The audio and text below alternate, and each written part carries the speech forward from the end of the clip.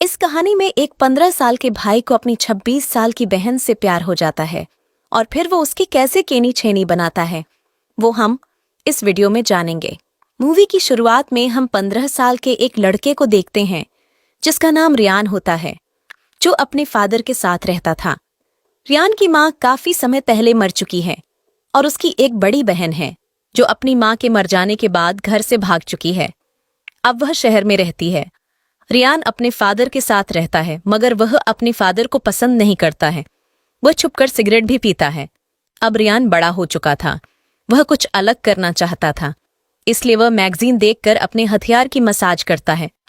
एक बार वह कुछ ढूंढ रहा था, तभी उसे बहुत सारे लेटर्स मिलते हैं जो उसकी बहन ने उसके लिए लिखे थे, लेकिन रियान के फादर उसे छुपा देता है।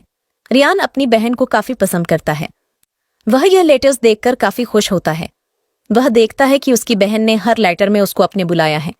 फिर अगली सुबह हम देखते हैं कि रियान अपने फादर के उठने से पहले अपना बैग लेकर और अपनी बहन की तरफ निकल जाता है और उसकी बहन के बताए एड्रेस पर पहुंच जाता है। वह घर के अंदर जाता है और काफी देर तक दरवाजा खटखटाता है, पर दरवाजा कोई नहीं खोलता है। फिर रियान बाहर आकर बैठ जाता है। फिर उसके पास एक आदमी आता है जिसका नाम अवराम होता है और उसे कहता है कि तुम कौन हो, और रियान को वहां से भगा देता है। दो लोग रियान को अपने पास बुलाते हैं और उससे पूछते हैं कि तुम कौन हो।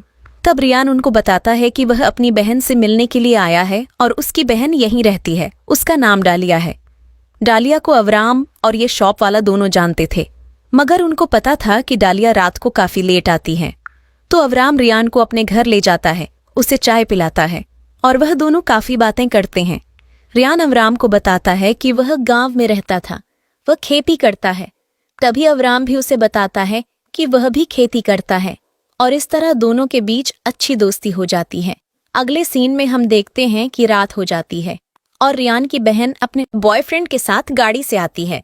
जब वह रियान को देखती है तो काफी परेशान हो जाती है, क्योंकि वह समझती थी कि उसका भाई उसे पसंद नहीं करता, इसलिए आज तक उसके भाई ने उसे एक भी लेटर का जवाब नहीं दिया है।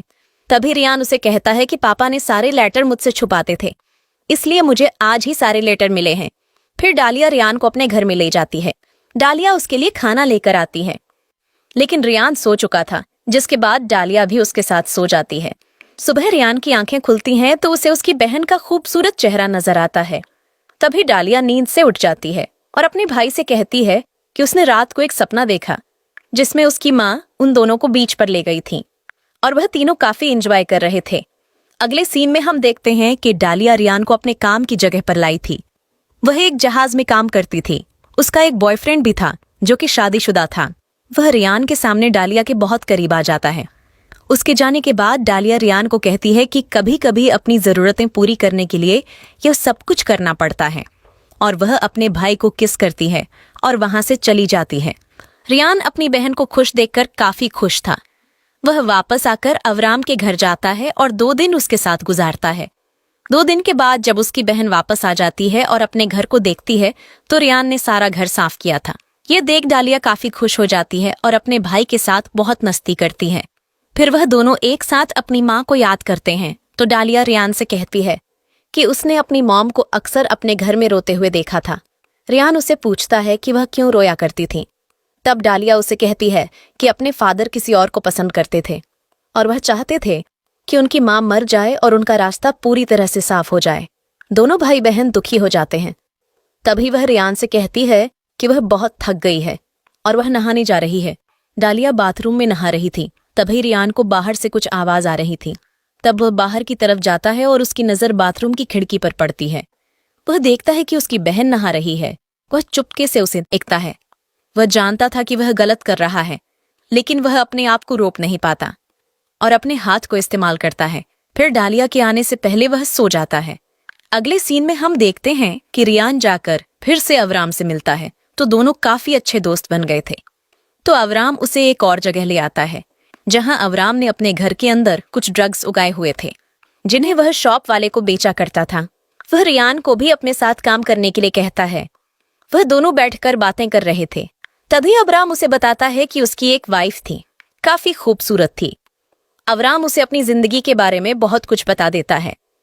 अगले सीन में हम देखते हैं कि डालिया और रियान समंदर में नहा रहे थे।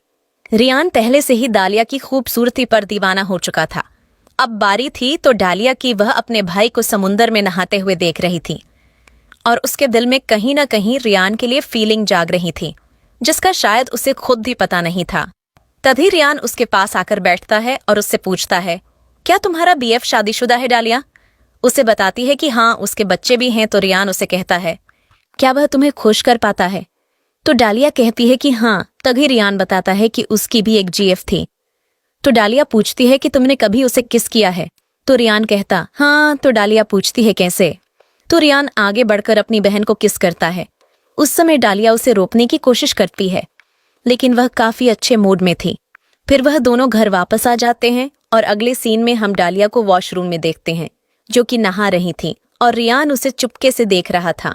मगर इस बार डालिया उसे देख लेती है और वह समझ जाती है कि उसका भाई उसे चुपके से देख रहा था।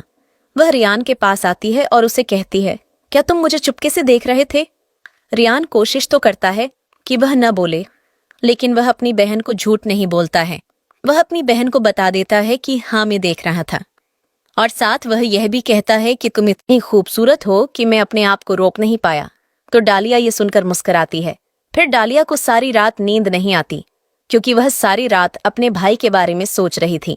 रियान तो उससे पहले ही काफी अट्रैक्ट था, पर अब वह भी अट्रैक्ट हो रही थी। अगली सुबह हम देखते हैं कि डालिया अपने बीएफ के साथ चली जाती है और रियान सारा दिन अवराम के साथ काम करता है और अवराम उसे इस काम के पैसे भी दिया करता था। फिर रात हो जाती है। अब दोनों भाई बहन एक ही बिस्तर पर लेटे हुए थे और डालिया को रियान कुछ परेशान नजर आ रहा था। तो रियान उसे बताता है कि वह बिना बताए वहां से भाग आया है। उसके फादर अपना गुस्सा जानवरों पर निकाल रहे होंगे। तब डालिया उसे दिलासा देते हुए कहती है कि नहीं, वह ऐसा नहीं करेंगे। नेक्स्ट सीन में हम अबराम और रियान को देखते हैं। वह रियान को एक जगह ले जाता है जहां वह अपने पैसे चुपके से रखता था। रियान वह पैसे देखकर हैरान हो जाता है। फिर ये दोनों वापस आ जाते हैं और देखते हैं कि वहां पर कुछ लोग शॉप वाले को मार रहे थे। वह अबराम को भी मारते हैं, क्योंकि यह दोनों जिस जगह पर रहते थे वह गैरकानूनी जगह थी। अब अबराम रियान से कहता है कि आज के बाद तुम मुझे नहीं जानते हो और मेरे बारे में कोई तुमसे पूछे तो उसे मना कर देना। रियान ये बात समझ नहीं पा रहा था, मगर उसके कहने पर वह वहां से चला जाता है। अब वह पैसे कमा रहा था तो वह अपनी बहन के लिए फूल और कुछ गिफ्ट खरीद लेता है और अपने घर वापस आ जाता है। जब वह दरवाजा खोलने की कोशिश करता है तो दरवाजा अंदर से बंद था। तब वह घर के पीछे से जाने की कोशिश करता है, लेकिन उसे दरवाजे से कुछ अजीब आवाज आ रही थी। वह घर के अंदर देखता है तो डालिया अपने बॉयफ्रेंड से अपनी केनी छैनी बनवा रही थी। यह सब देखकर रियान को काफी गुस्सा आता है और वह वहां से चला जाता है। जब डालिया बाहर आती है तब वह देखती है कि उसका भाई उसके लिए गिफ्ट लेकर आया था। वह यह देखकर काफी खुश हो जाती है। इसी तरफ हम रियान को देखते हैं, जो काफी दुखी था क्योंकि उसे अपनी बहन से प्यार हो गया था। अगले सीन में रियान अवराम के पास जाता है। अवराम रियान से कहता है कि अब तुम मेरे पास मत आओ, तुम यहाँ से चले जाओ। मेरे साथ रहे मैंने तुम्हें भी खतरा है। वह अपने घर वापस आ जाता है और कुछ बैठकर सोचता है। तभी डालिया उसके पास आकर बैठ जाती है। वह दोनों जानते थे कि वह एक दूसरे से क्या चाहते हैं। यह सब अवराम कर रहा था क्योंकि वहां पर बहुत सारे पुलिस वाले आ गए थे। वह अवराम को मारना चाहते थे, पर तभी डालिया उनसे कहती है कि अंदर मेरा भाई भी है। फिर अगली सुबह डालिया पुलिस वालों से छुपकर अपने भाई के पास जाने की कोशिश करती है। तभी डालिया को गोली लग जाती है। अवराम रियान को बताता है कि उसे कुछ नहीं होगा, उसे हाथ पर गोली लगी है। फिर रियान गन से अवराम को मार देता है और इसी के साथ यह मूवी खत्म हो जाती है।